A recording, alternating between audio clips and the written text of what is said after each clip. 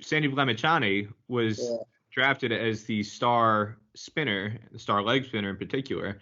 And so you actually started the tournament on the bench behind him, and you were getting an opportunity to play as a sub fielder. And I remember you took a spectacular catch, I believe, at backward point as a sub fielder that started to get you a bit Yeah. more on the radar. But until he left for his Nepal commitments, you were not guaranteed a place in the starting 11. So the fact that you had an uncertain situation in Barbados, and yet you still preferred that over what was happening in the USA setup at the time, that speaks volumes to me. And I think other people who hear that would also find that fascinating, that that was the atmosphere in the USA environment at the time to lead you to that kind of decision. And it wound up obviously paying off in the end. What, in terms of if there's a specific match, did you feel was a turning point in that season in 2019 for Barbados Tridents that helped propel you to go to the heights that you reached in that event, leading to a West Indies call? It would be the match that I got the 5 wickets.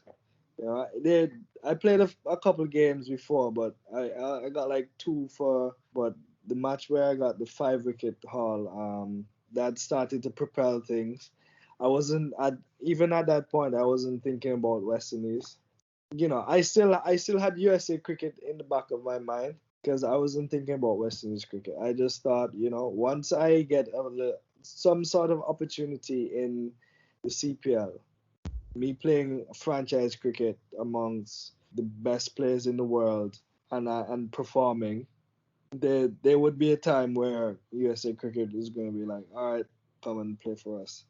I didn't think that it would be such a big propulsion, but but it's yeah, it was that match where I got 5 wicket haul, and then wickets just started flowing and flowing and flowing, and then I think it was in Guyana. I think we played Guyana when Brandon King got the 100.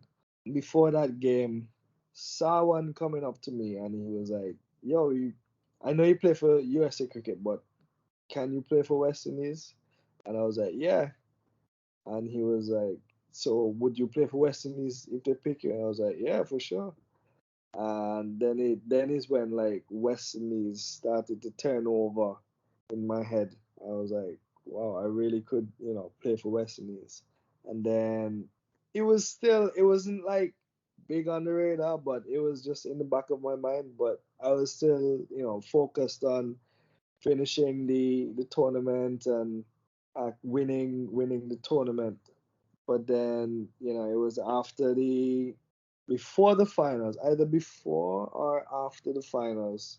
I spoke to the new CEO, and I had to call him up, and I was like, if West Indies call me, I'm gonna take this call. I'm gonna take my opportunity to go and play for West Indies. I don't think he was very happy about that call. He was like, you sure you want to take this? You don't want to take it, and then you get benched after one series. And I was like, Sorry, well, this is the USA CEO or the West Indies CEO? USA CEO. So USA CEO. So Ian Higgins calls you up. Ian Higgins, yeah. Ian Higgins.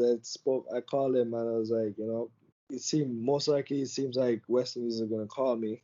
This was his last ditch sales pitch to try and convince you to stick with Yeah. USA. So what was his sales pitch to try and convince you to stick with USA? Yeah, he was like, well, you don't want to get lost in the system. You don't want to take this opportunity and you get one series and then you get benched and you can't play for USA anymore because, of course, if you play one game for a full member team, you can't play after. Yeah, so, and I think at that point, I was already like, my mind, I wasn't very interested in, taking the contract as well. So my mind was really off of, not completely off, but they weren't in my good books.